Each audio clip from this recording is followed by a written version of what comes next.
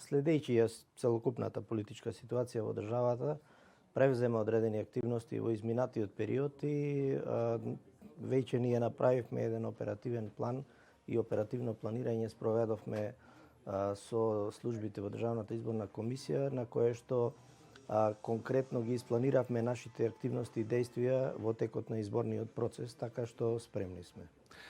Што е она што ви предизвикува главоболки во текот на овие подготовки за изборите? Главоболки можат да предизвикаат само најавените промени на изборниот законник, кои што де ги има, де ги нема, значи се договараат останатите чинители во политичкиот процес во нашата држава постојано за одредени промени.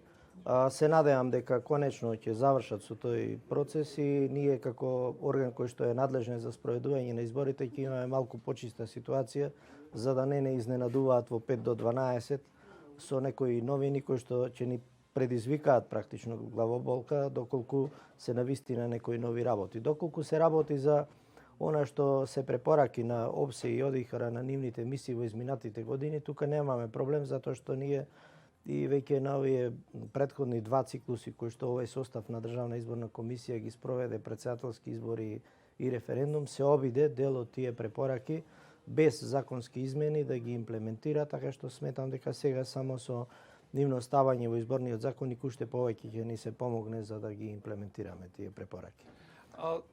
Долго време во јавноста се зборува околу прочистување на избирачкиот список. Дали конечно успеавте да го прочистите?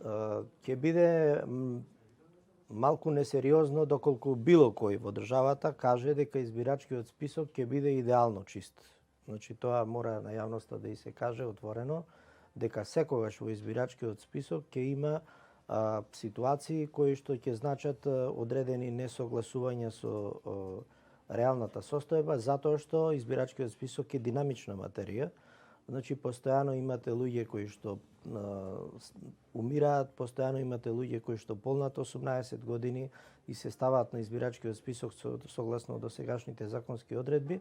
Ние на месечно ниво вршиме ажурирање преку нашите подрачни одделенија, ги добиваме сите податоци за починати лица, па ги ажурираме во избирачкиот список, ги добиваме податоците за иселени лица, односно лица кои што се откажале од наше државјанство, исто така ги вршиме, меѓутоа, како што кажав, тоа е динамична материја, каде што одредени ситуации не можете да ги промените. Пример имате лица иселени во Австралија пред 30 години, кои што во меѓувреме и починале таму, меѓутоа нашите законски одредби кажуваат дека не може да го бришете тоа лице од избирачкиот список, се додека некој од неговите роднини не побара да се брише од избирачкиот список.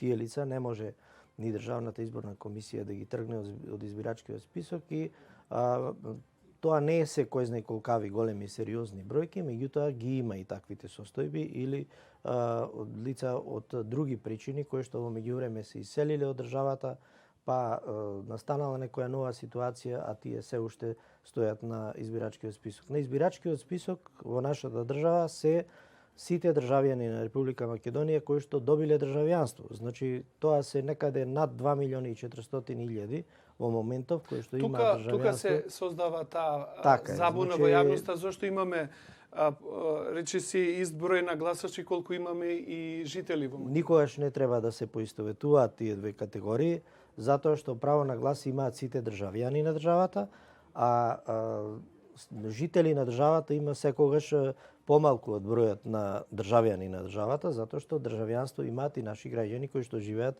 надвор од нашата држава.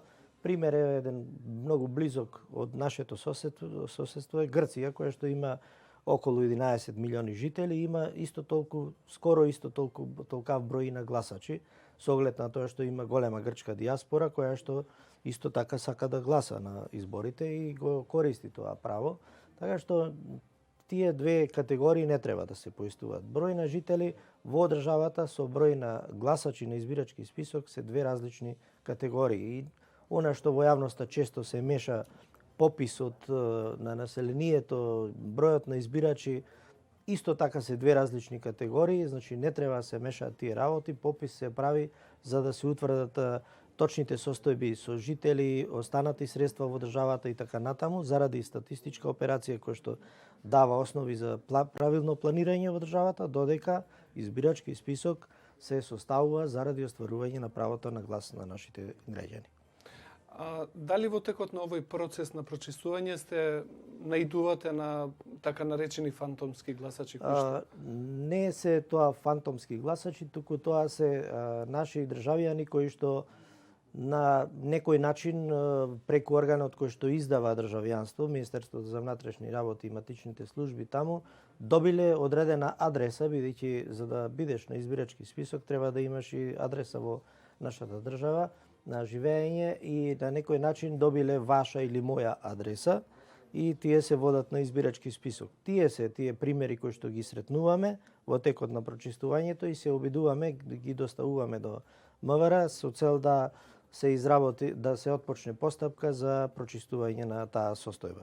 Значи, ние не можеме директно да извршиме корекција, меѓутоа, согласно законите кои што владеат за лична карта, живеалиште и пребивалиште, треба да упатиме до МВР документација се со цел да се изврши корекција. Потоа следуваат проверки од нивна страна, дали е таа состојбата, ако се установи дека е таква состојбата, тоа ќе си почнуваат постапка за одземање на правото. Отприлика колку за овој период сте избришале?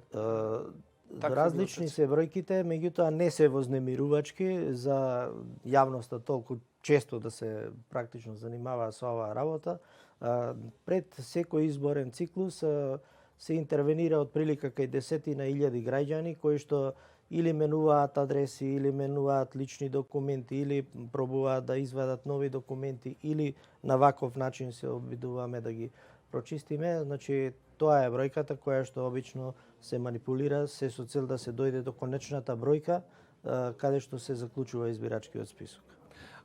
Антикорупцијска комисија отвори постапка за евентуални злоупотреби околу печатење на гласачки ливчиња. Дали имате, како вие гледате на ова прашање и дури во јавноста се отвори прашањето и се направи обид да се направи поврзаност меѓу тоа и пожарот во една печатница? Не е добро да коментираме иницијативи на Државната комисија за спречување на корупција.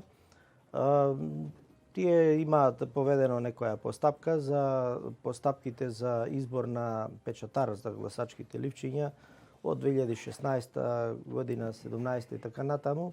Јас не сум ја видел нивната иницијатива и имаше некои препораки кои што ги пуштија до нашата комисија се со цел во иднина да се обидеме да го надминеме моментот на печатање на гласачки ливчиња преку спроведување на отворена јавна постапка кај набавките.